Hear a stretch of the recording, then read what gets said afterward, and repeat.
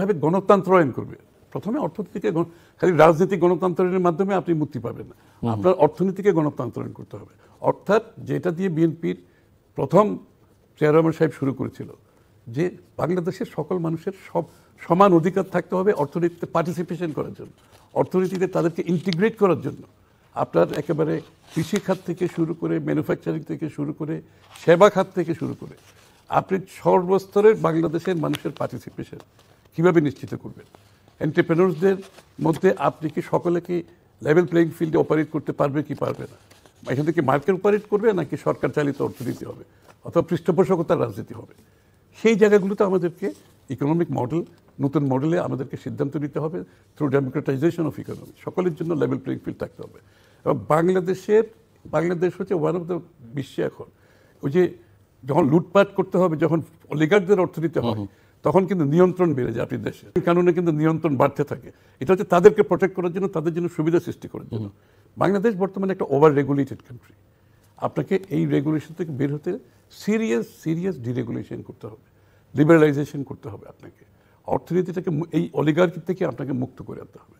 এবং বিশেষ করে বাংলাদেশের ডেমোগ্রাফিক ডিভিডেন্টের যে উইন্ডোটা আছে, এটা তো বেশি দিন থাকে না, এগুলো তো একটা টাইম আছে। এগুলো এর মধ্যে আমাদের নতুন প্রজন্মকে মাথায় রেখে, এটা কিন্তু কিওয়ার্ড, আমাদের নতুন প্রজন্মকে আমরা কিভাবে একটি স্কিল জনশক্তি করতে হবে, মানব সম্পদে জনসংখ্যা তো থাকতে হবে, এটাকে আপনার সম্পদে তৈরি করতে হবে।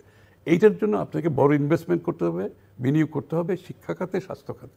এবং আমরা বলেছি বিএনপির প্রত্যেক জিডিপির 5% করে শিক্ষা খাত এবং স্বাস্থ্য খাতে বিনিয়োগ করবে। অনেক বড় অঙ্ক, আমি জানি অনেকের চোখ বড় হয়ে যাবে অঙ্ক শুনলে, কিন্তু এটা আমরা করতে সক্ষম হব।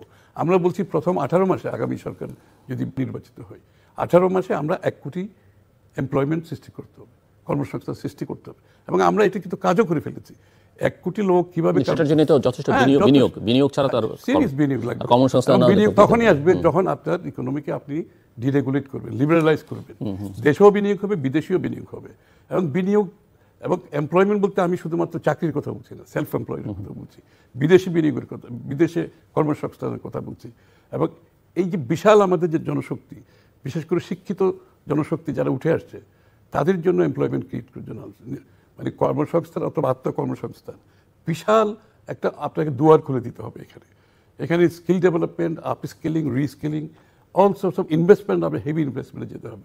যেমন অনেকগুলো এরিয়াতে আইটি রিলেটেড বিজনেসগুলোতে বিশাল একটা, এখন হচ্ছে টেকনোলজি এবং আর্টিফিশিয়াল ইন্টেলিজেন্স হচ্ছে আপনার সামনে দিয়ে এগিয়ে যাওয়ার মূল অস্ত্র হবে আপনার এটা। এইখানে আপনাকে বিনিয়োগ করতে হবে, আপনার জনগণকে, ইয়াং জেনারেশনের সাথে এটার সাথে সম্পৃক্ত করতে হবে, তাদেরকে এটার অংশীদারিত্ব করতে হবে। এটার জন্য আমরা বলছি 5% অফ জিডিপি আপনি শিক্ষা খাতে, স্বাস্থ্য খাতে বিনিয়োগ করতে হবে। তার মাধ্যমে আপনার জনসংখ্যাকে আপনি মানব সম্পদে পরিণত করার জন্য একটা বড় বিনিয়োগ করতে হবে, ইনভেস্টমেন্ট এখানে আমাদের করতে হবে। এমনকি আমি বলি আমাদের দেশের অনেকগুলো আপনার কি বলবো বাণিজ্যিক কর্মকাণ্ড আছে যেগুলোকে আমরা মনিটাইজ করতে পারি না, ট্রেডেবল গুডসে পরিণত করতে পারি না। যেমন একেবারে আমাদের গ্রামে গঞ্জে কুটির শিল্প থেকে শুরু করে আমাদের যারা স্কাল্পচার আছে, আমাদের পেইন্টার আছে, আমাদের আপনার কি বলে এই আমাদের আমাদের কত ধরনের গান আছে বাংলাদেশে, আমাদের নাটকে আমাদের লোকজন, এগুলোতে যেমন ইউকেতে এটাকে বলে ক্রিয়েটিভ ইন্ডাস্ট্রি, এটার অবদান কিন্তু বিশাল ব্যাপার। এটাকে তাদেরকে সাপোর্ট দিতে হবে, তাদেরকে টেকনোলজি দিতে হবে, তাদেরকে ডিজাইনের হেল্প করতে হবে, তাদেরকে আর্থিকভাবে সহায়তা, পলিসিগত সহায়তা দিতে হবে। এটা একটা বিশাল শক্তি বাংলাদেশে। এটা হচ্ছে আরেকটা বিষয়, কৃষি খাতে একটা বিশাল শক্তি, আইটি রিলেটেড বিজনেস। বাংলাদেশের জনগণই তো একটা বিশাল শক্তি, জনসংখ্যাই এই জনসংখ্যাকে আপনি যার যেখানে সম্ভাবনা আছে সবাইকে কাজে লাগাতে হবে। এবং এটার জন্য 1 কোটি চাকরি 18 মাসে বড় কিছু নয়।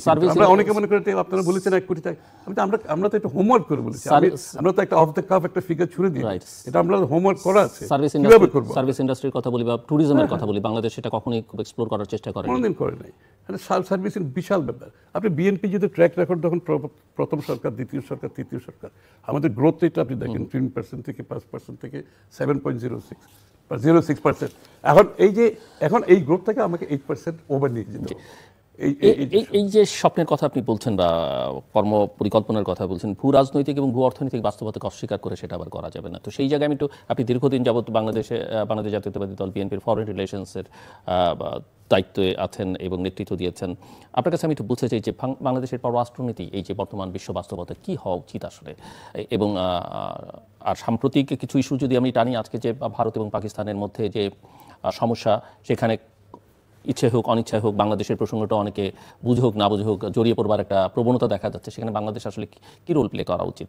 মিয়ানমারের সঙ্গে বাংলাদেশের রোলটা কি হবে? যে রোহিঙ্গা ইস্যু, প্রধান উপদেষ্টা আশা ব্যক্ত করছেন যে আগামী তারা রোহিঙ্গারা মিয়ানমারে গিয়ে করবে, কিন্তু বাস্তবতা কি, বা সেখানে আমরা যথেষ্ট অ্যাক্ট করতে পারছি কিনা? দুটো প্রধান ইস্যুই আমি আপনার কাছ থেকে একটু বুঝতে চাই যে আপনি কিভাবে দেখেন এবং সামগ্রিকভাবে ফরেন পলিসিটা আসলে কি হওয়া উচিত।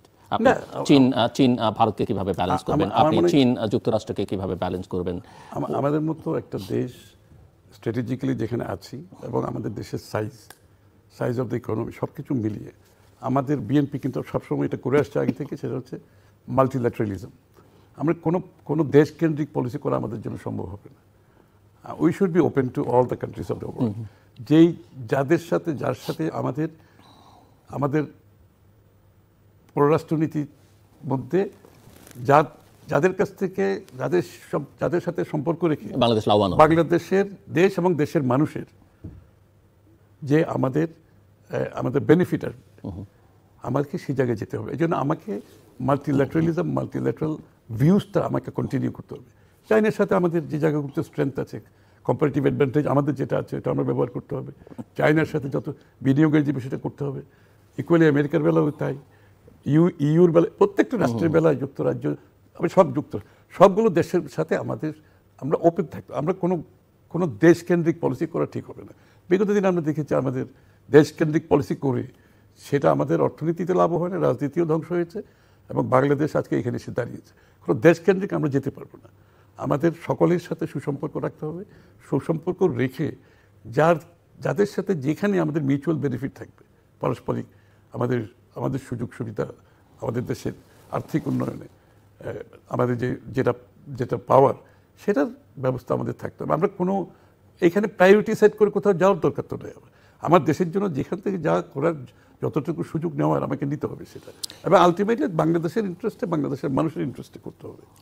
এমনিতে আবার একটু রাজনৈতিক প্রসঙ্গে যাই। একটা দাবি আছে যে বিশেষ করে এনসিপি এবং তাদের সমর্থক গোষ্ঠীর মধ্য থেকে যে শেখ হাসিনা সহ তার দোসরদের বিচার করা ছাড়া নির্বাচন করা যাবে না। সো এই জায়গায় বিএনপি পজিশনকে অবশ্যই আমরা তো আমি এ ব্যাপারে কেউ দ্বিমত করবে বিচার ছাড়া নির্বাচন হয় না, ঠিক আছে, তাহলে তো আমরা তো এখানে একটা আলোচনাটা আবার ভিন্ন দিকে চলে যাবে। সেটা হচ্ছে বিচার কি সরকার করবে না বিচার বিভাগ করবে, এটা একটা প্রশ্ন। কারণ আমরা শেখ হাসিনার সময় দেখেছি বিচার করেছে সরকার, বিচার বিভাগের ভূমিকা ছিল সরকারের ভূমিকা ছিল বেশি। তো আমরা কি সেই পথে হাঁটবো নাকি, একটা বিষয়। শেখ হাসিনার বিচার চায় না বাংলাদেশে একজন মানুষও নেই, সুতরাং এটা নিয়ে রাজনীতি করার কোনো সুযোগ নাই। এটাকে সামনে এনে আবার একটা ধোঁয়াশা সৃষ্টি করার কোনো সুযোগ, সবাই বিচার চায়। আর বিএনপি থেকে ক্ষতিগ্রস্ত তো শেখ হাসিনার হাতে আর কেউ হয় নাই, সুতরাং বিএনপি তার বেশি বিচার চাওয়ার কথা এখানে। সুতরাং বিচারটা হচ্ছে আপনার বিচারিক প্রক্রিয়ার মাধ্যমে আপনি বিচারের উদ্যোগটা নিতে পারেন, যে এদেরকে বিচারের আওতায় আনার জন্য, সমস্ত উদ্যোগ আমাদের দরকার। এবং সেখানে কতটুকু সফল হয়েছে আমি সেদিকে যাব না, সেইখানে তাদের মনোযোগী হওয়া উচিত। কিন্তু বিচার তো করবে বিচার বিভাগ, আর বিচার তো চলমান প্রক্রিয়া, এটা তো চলতে থাকবে। এবং ঠিক আছে, আমরা তো যদি দিনক্ষণ দিয়ে যদি বলি হবে অথবা জুনের মধ্যে অথবা আগামী, এটা তো অনেকটা ওইরকম হয়ে যায় যে আবার শেখ হাসিনার মতো ওরা যখন বলতো এটার বিচার অতদিনে হয়ে, তাইলে তো আবার আমাদের ওই যে আমাদের মধ্যে খুদে খুদে সব স্বৈরাচার মনে হয়, সিস্টেম মনে হয়। অবশ্যই বিচার শেখ হাসিনার হতে হবে। সে আর তার যে কৃতকর্ম, তার জন্য তো তার বিচার হতেই হবে।